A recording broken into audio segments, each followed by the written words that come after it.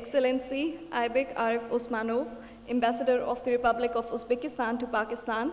Excellency, kindly come forward and share your thoughts on reinvigorating the phenomena of academic cooperation into regionalism, role of Uzbekistan.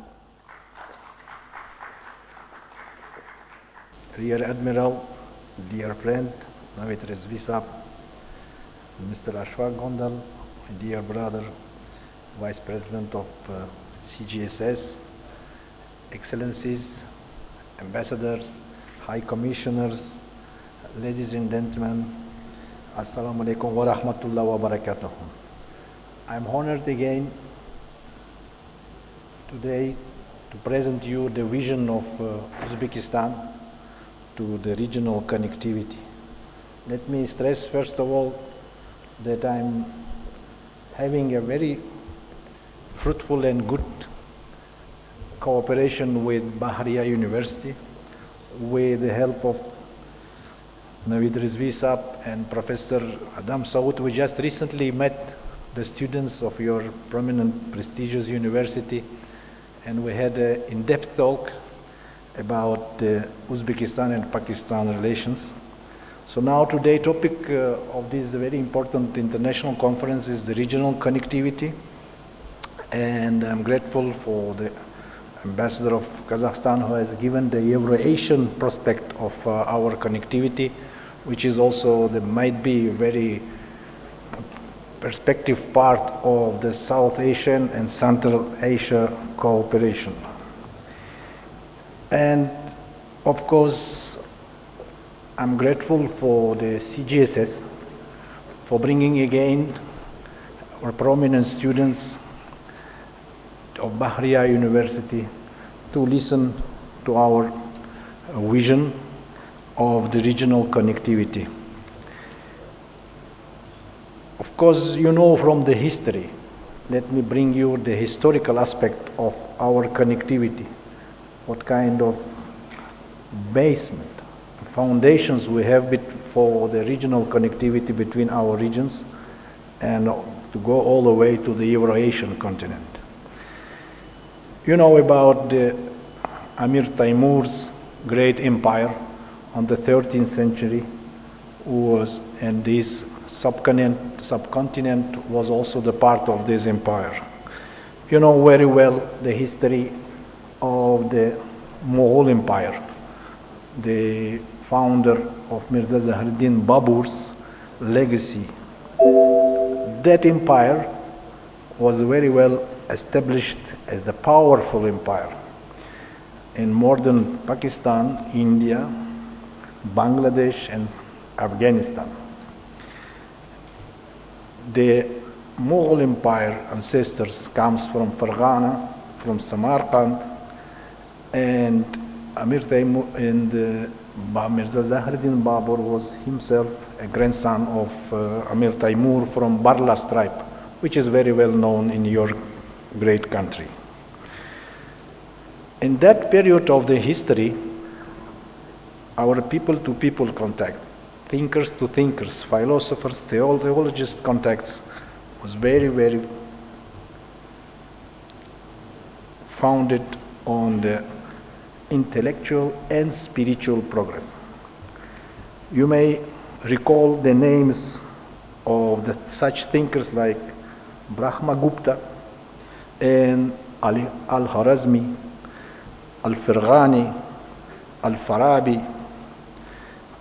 Abu Rayhan al-Biruni, and Ibn Sina. Of course, you may know very well the legacy of the prominent thinkers and classics of our national literature, like Khusraw Dehlavi, Ali Kushchu, Ali Sher Nawai, Abdurrahman Jami, Jalaluddin Rumi, of course, Allama Iqbal and Mirza Khalid, Makhtum Kuli, Abai, Rabindranath Tagore, Sadruddin Aini, and Chingiz Aitmatov. All of these prominent thinkers were well known all over the world, and the most important thing is that their legacy is considered as the common legacy of our nations and our regions. Unfortunately, on 19th century, due to political circumstances, the rivalries, the geopolitics, our two regions were disrupted. The connectivity was not in favor at that time. Between Central and South Asia, there were so many obstacles, political, military. Borders between us been closed, and tensions between our nations became acute. And that led, unfortunately, to many, many conflicts for the other countries' interests. So now, alhamdulillah, we have the era of cooperation, era of understanding, and that will give away opportunity us to go away from the confrontation and of the mistrust. Unfortunately, still we have these negative consequences. You see it from the current situation in Afghanistan, the 40 years long conflict, which is dividing, unfortunately, still our countries. But consequence of that 19th century legacy was disruption of between our borders and the slow path of the economic development between our countries. And most worst of that there was disruption of the people to people, thinkers to thinkers, students to students, people to people contacts. So the first step for our leaders was the building of the CBM, confidence building measures, developing the security cooperation and stability. That is the only way for the economic integration processes between our countries and between our regions. So that's why 4 years back, the first initiative of my president, Shaukat Mirziyoyev, was the building of the confidence between our own region, Central Asian region. And the first high-level meetings of the leaders, of the presidents of our countries have been started by the initiative of Uzbekistan. This is the consultative meeting. Every year, our presidents of the Central Asia are meeting each other to create the political confidence and mutual solidarity in our Central Asia. So alhamdulillah, I'm very proud to say that due to this initiative, absolutely new political environments of trust and integration has been created in the Central Asia. So consequently, after the Central Asian domain, we have started the region-to-region connectivity, and South Asia is the first neighboring region for the Central Asia. This process is going on. This process is, we are all are the part of this process. So for the Central Asian countries, as you know, that's the double landlocked countries, is very important to have new partners on trade, economic, investment, transit, logistics, tourism. So from this point of view, the next initiative of my president, Shaukat Mirziyoyev, was the Central Asia and South Asia connectivity. About this initiative, the prominent experts like Khalid Taimur Saab and Mr. Ashfaq Gondal Saab already mentioned. So in the South Asian and Central Asia domain aspects, of course, Pakistan is considered as the main partners for the Central Asia and for Uzbekistan in particular. So you know already about the successful South Asia and Central Asia Conference, which has been held in Uzbekistan in the middle of July. And Honorable Prime Minister Imran Khan Sahab, with a very strong government delegation, visited my country, and we held as well as the conference between Central Asia and South Asia, and the official visit, first official visit of Prime Minister Imran Khan Sahab to my country. And the most important thing was that the two leaders held a very trustful political dialogue. They signed the joint declaration on establishment of the strategical partnership. Unfortunately, we do not have today the ambassador of Tajikistan, because he is now in his great country, in his capital, and very soon we will hear a very good news about the Tajikistan and Pakistan rapprochement and interaction, and that will be culminated during the attendance of the Pakistani high-level delegation in the Shanghai Cooperation Organization, inshallah. So today, Uzbekistan and Pakistan are bounded together through territory of neighboring Afghanistan. And you know what is going on there in Afghanistan. Regardless of what is going on there, regardless of what would be, important thing is that as well as the Pakistan and Uzbekistan, Central Asia and South Asia, and Afghanistan itself, the people and the government there, they do understand very well that the regional integration, implementation of economic and infrastructure projects is the way forward. And Ambassador of Turkmenistan, our dear colleague, already mentioned about important TAPI project on the gas pipeline. Then we have already electricity power lines connecting Uzbekistan, Tajikistan, Central Asian countries with Afghanistan. You know about the Termez, Mazar-e-Sharif, Uzbek-Afghanistan railway, which already is operated. And of course, the next step of this regional connectivity for the transit trade and integration would be the project of the railway coming from all the way from Uzbekistan, Termez border city, through Mazar-e-Sharif, which is already operative, to Kabul, Puli-Humri, Kabul, Jalalabad, and Peshawar.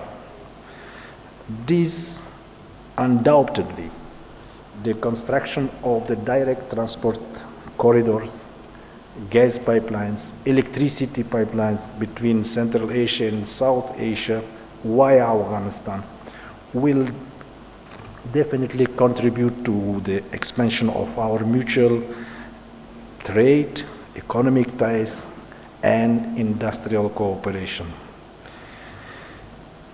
Of course, you know that the regional integration will help to reduce the cost of our businessmen and the goods, and that would be very competitive in the market. You know that unfortunately there is a very small figures of the bilateral trade. Uzbekistan is the largest partner for Pakistan now, with 140 million turnover. But we have a great potential, much more great potential, for all neighboring countries of the Central Asia to be to be a good partner for the Pakistan via Afghanistan through the railways, through the logistics, through the transit roads.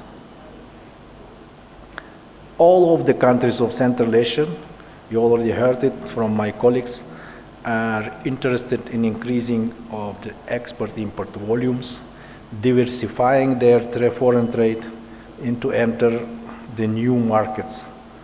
And Pakistan is considered as a very important hub, which has already been stressed by Honorable Prime Minister Imran Khan Sahab and government of Pakistan, that they are ready to provide access for the Central Asian countries, and first of all for Uzbekistan via the railway, for the seaports of Qasim, Karachi, and Gwadar, inshallah. So this opportunity will give, these logistics and transport corridors will give us very easy access via these ports to the East Asian nation like Singapore, Malaysia, Indonesia, to Arab countries, African countries. I already mentioned about trade of our two countries. And this is the duty of the government, and we are, alhamdulillah, doing it, to make a conducive environment for the businessmen and business circles of two countries. It is not enough just to build a transit road, to build the railway or the automotive roads. It's important to have a very solid intra-governmental basis. So we already signed during the visit of Honorable Prime Minister Imran Khan Sahab important transit trade agreement. Now the transit trade agreement between Uzbekistan, Pakistan and Afghanistan is underway, and I'm happy to announce that our governments now entered for the preparing the preferential trade agreement. So the trade volumes, which now for the last 2 years, regardless the pandemic, are not less than 120 million US dollars, can be easily reach the $500 million in the next year, and we hope that the 1 billion trade between our countries, Uzbekistan and Pakistan, will be reached in the next 2 years. I'm sure about that because I have seen that this dynamic of our transit trade from 45 million 3 years back. We are now every year having not less than 120, but hopefully this year it's going to be not less than 150 million of US dollars on our trade turnover. So I already mentioned that the mega projects, which are very promising, and with the stabilization and the peace in neighboring Afghanistan, the gas pipelines, transit road, railways, power station, would be benefiting for our Central Asian and South Asian countries. And we are very keen to open the new facilities, like opening the dry ports in the border of Uzbekistan with Afghanistan in Termes, to facilitate and to receive the Pakistani goods and exports, because it's always the win-win solution. It's a bilateral way for the countries and the regions to find this one. So I'm sure and I'm confident that under leadership of our presidents, prime ministers, these two regions, Central Asia and South Asia, will always only flourish. They will be only prosperous, and because we have political will, we have the opportunities, we have the abilities, and we have a readiness from our two countries, from our two regions, to make it successful, inshallah. Thank you very much for your attention.